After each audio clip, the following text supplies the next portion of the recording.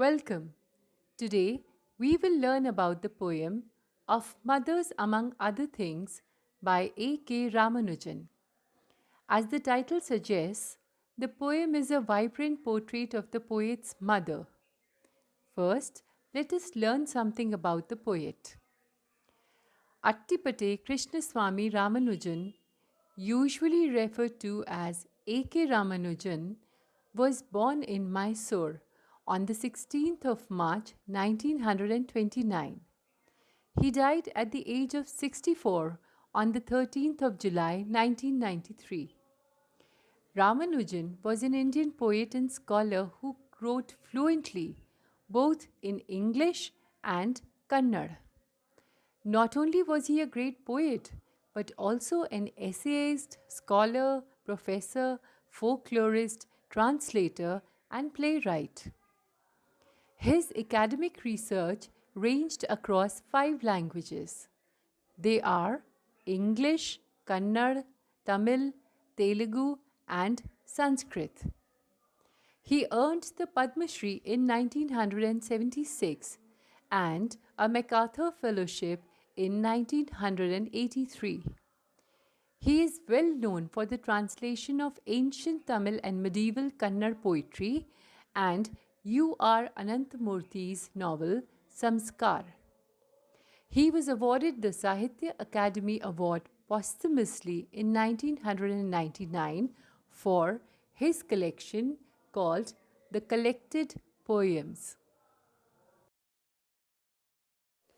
Ramanujan's poetry was mostly composed in America but is essentially Indian at heart. Since he hailed from a joint family, his poetry had Indian themes such as family. Here too, he speaks of an integral member of any family, that is, a mother. The poem is a nostalgic portrait of the poet's mother and traces her transition from youthful beauty and energy to frail and feeble old age. The poet uses sensory images, especially the image of smell, to trace her journey from youth through middle age to old age. It is a subjective poem written from the poet's perspective, and so it is written in the first person. The poem has a very simple selection of words and language, though the imagery is evocative. Let us take a look at the poem, which is a collage of images of his mother's youth followed by old age. Two contrasting images are presented right in the beginning. The image of an old twisted tree that is symbolic of his mother's old age, and an image of silky white petals which is symbolic of his mother's youthful beauty. He begins the poem saying, I smell upon this twisted blackbone tree the silk and white petal of my mother's youth. He looks at his aged and bony mother, who now resembles a blackbone tree. The word blackbone is not a noun, it is an adjective coined by the poet to describe the dark and wrinkled skin of his mother, which resembles the bark of a tree, and her bony structure, which resembles a bent tree's. A contrast is presented between the blackbone tree and silky petals to show her degeneration into old age. The poet begins by saying that even though his mother is now old, wrinkled, and resembles a twisted tree, he can still remember her beauty when she was young. He has not used a visual comparison but an olfactory comparison or the comparison of smell. He has compared the beauty of her youth to smooth silk petals. This could be a reminder of the silk saris and white flowers she wore in her hair when she was young. Now, however, her limbs are twisted due to old age and she is very frail and has a bony structure. That is why the poet has used the metaphor of the twisted blackbone tree. From her earrings, 3 diamonds splash a handful of needles. In her youth, the poet's mother wore earrings made of three diamonds, and these diamonds gave splashes of light or sparkling, sharp, needle like rays. This image of earrings is a metaphor for her vibrant, youthful beauty that sparkled with energy and enthusiasm. It speaks of how her radiating beauty got lost with the passage of life. And I see my mother run back from rain to the crying cradles. These lines speak of his mother's dutiful nature.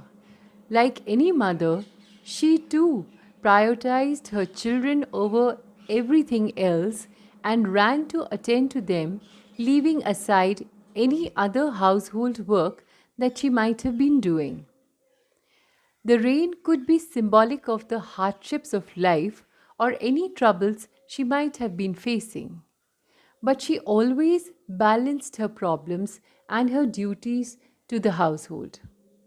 The phrase crying cradles is a transferred epithet as it is the child who cries and not the cradle.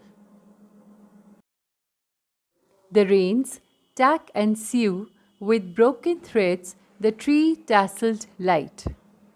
In these lines, the poet has painted an image of the rain. The broken lines of the falling rain resemble the broken line of thread or the tacking and sewing done while stitching cloth.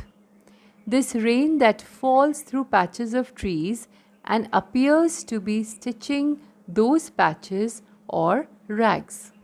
It also leaves droplets hanging from the leaves of the trees, and when light passes through the trees, it makes the tree appear as if it is tasseled with the droplets of rain. Rain is usually symbolic of adversity. Here too, the rain is symbolic of the hard times or troubles that his mother had to face. The tacking and sewing is a metaphor for his mother's efforts at keeping everything together in spite of the difficulties. Just as stitches keeps wrapped together to keep them from tearing, similarly his mother kept the situations together and kept things from falling apart. It could be that she was keeping the family together, or it could be that she was keeping her enthusiasm and strength together when faced with difficulties. She was the unifying factor that determinedly kept everything together in the face of adversity. Also, notice the alliteration in tree tasseled light.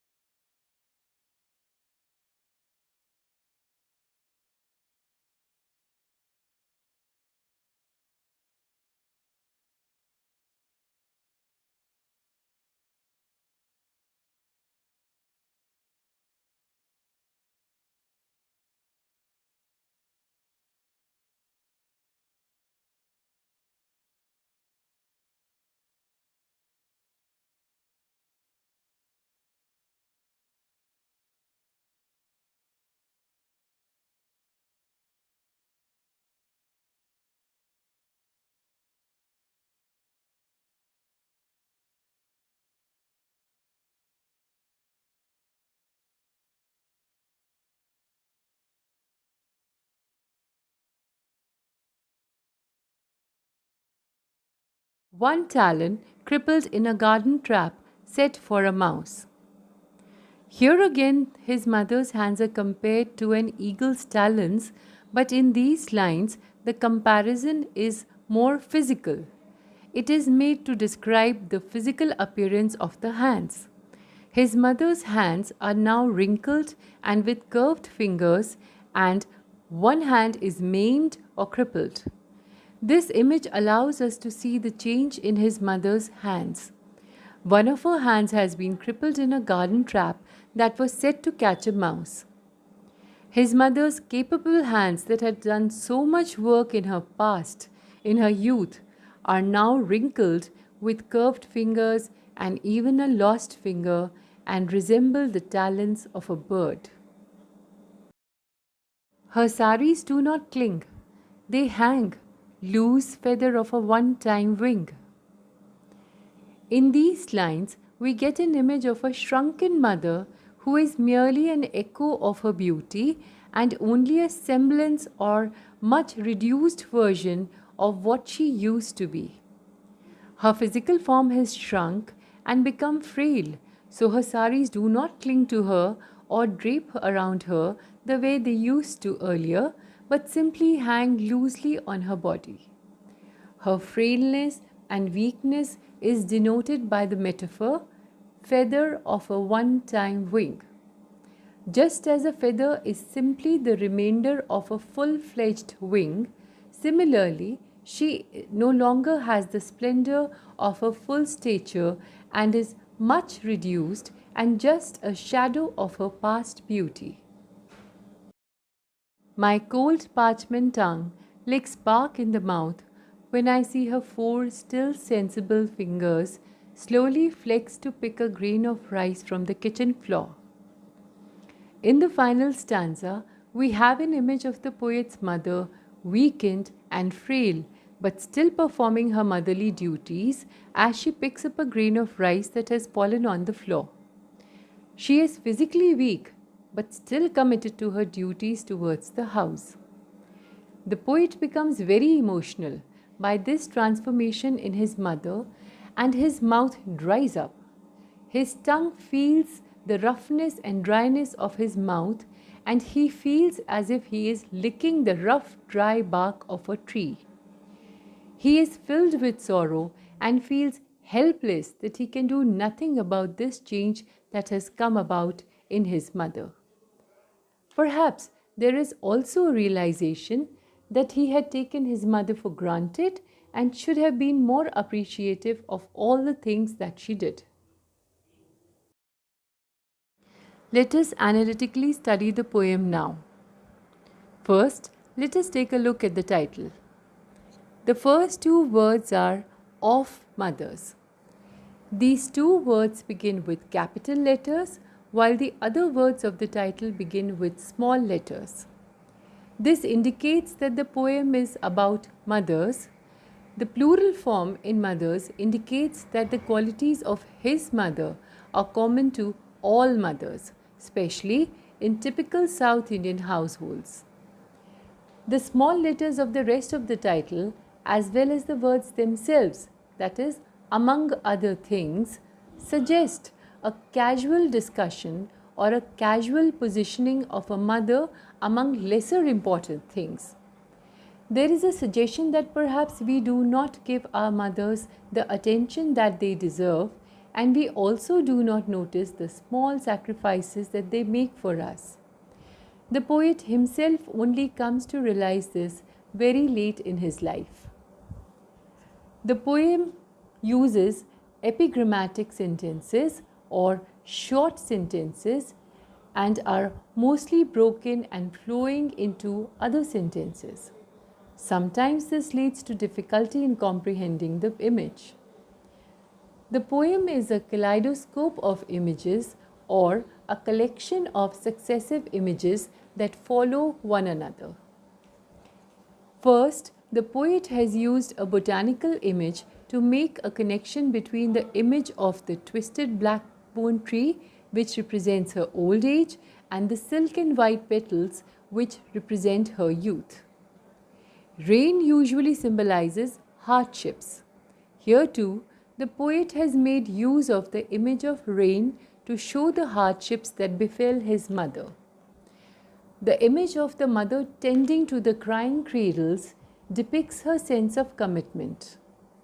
The image of eagle is symbolic of strength, while the image of feather of a one-time wing shows her weakened strength. Then we have the image of cold parchment tongue licking bark, which gives the impression of regrets at lack of appreciation of his mother. The poem contains 5 stanzas of 4 lines each, and although it has no rhyme, but there is some half rhyme strewn here and there that adds a musicality to it. The poem represents the transition of his mother from youth to old age. This comparison is not just visual but olfactory. That means it is a comparison of the sense of smell. He compares his mother's present situation to a twisted blackbone tree and her youth to silky white petals. Though the poem is about the poet's mother and contains personal memories and personal facts, but at the same time, it is also universal, as the loving and sacrificing nature of mothers is common to all. The central theme of the poem is presented through a slideshow of images. The image of the mother in her resplendent youthful beauty with diamond earrings, the image of the mother balancing her duties of taking care of her babies and other household chores, the image of the mother weathering the rain or facing all problems resolutely, then the image of the broken talon, and finally the image of the mother flexing her still sensible fingers to pick a grain of rice from the floor. The last image sums up the pathos of a life lived actively caring for others that finally comes to a frail and weakened state. The images contained in the poem are based on contrariness, youthful beauty with feeble old age, twisted blackbone tree with silky and white petals, a proud eagle's one-time wing with a residual feather, the image of clinging saris, perhaps silken saris, to saris hanging loosely on a frail form, caring working hands with a crippled talon. An interesting quality of the poem is the use of zoomorphism. Zoomorphism is the representation of humans as animals. The poet has compared his mother to an eagle. Examples can be found in the following lines.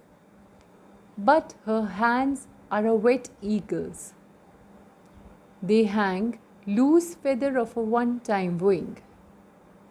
One talon crippled. The musicality of the poem is enhanced by the use of assonance and consonance. Examples of consonance can be seen in the repetition of S in I smell upon this twisted blackbone tree the silk and white petal of my mother's youth. From her earrings, 3 diamonds splash a handful of needles. Some alliterative phrases enhance its lyrical beauty. Examples can be found in 3 tasseled light, crying cradles, and still sensible fingers slowly. There is a lot of enjambment in the poem. Enjambment occurs when a line is cut off before its natural stopping point. The poet has used enjambment where the reader has to continue to read the next line to understand what is being said in the previous. Examples are, from her earrings, 3 diamonds splash a handful of needles, and I see my mother run back from rain to the crying cradles. The rain stack and sew with broken threads the rags of the 3 tasseled light. With this, we come to an end of the discussion of Ramanujan's nostalgic portrait of his mother and her journey through youth, middle age to old age. I hope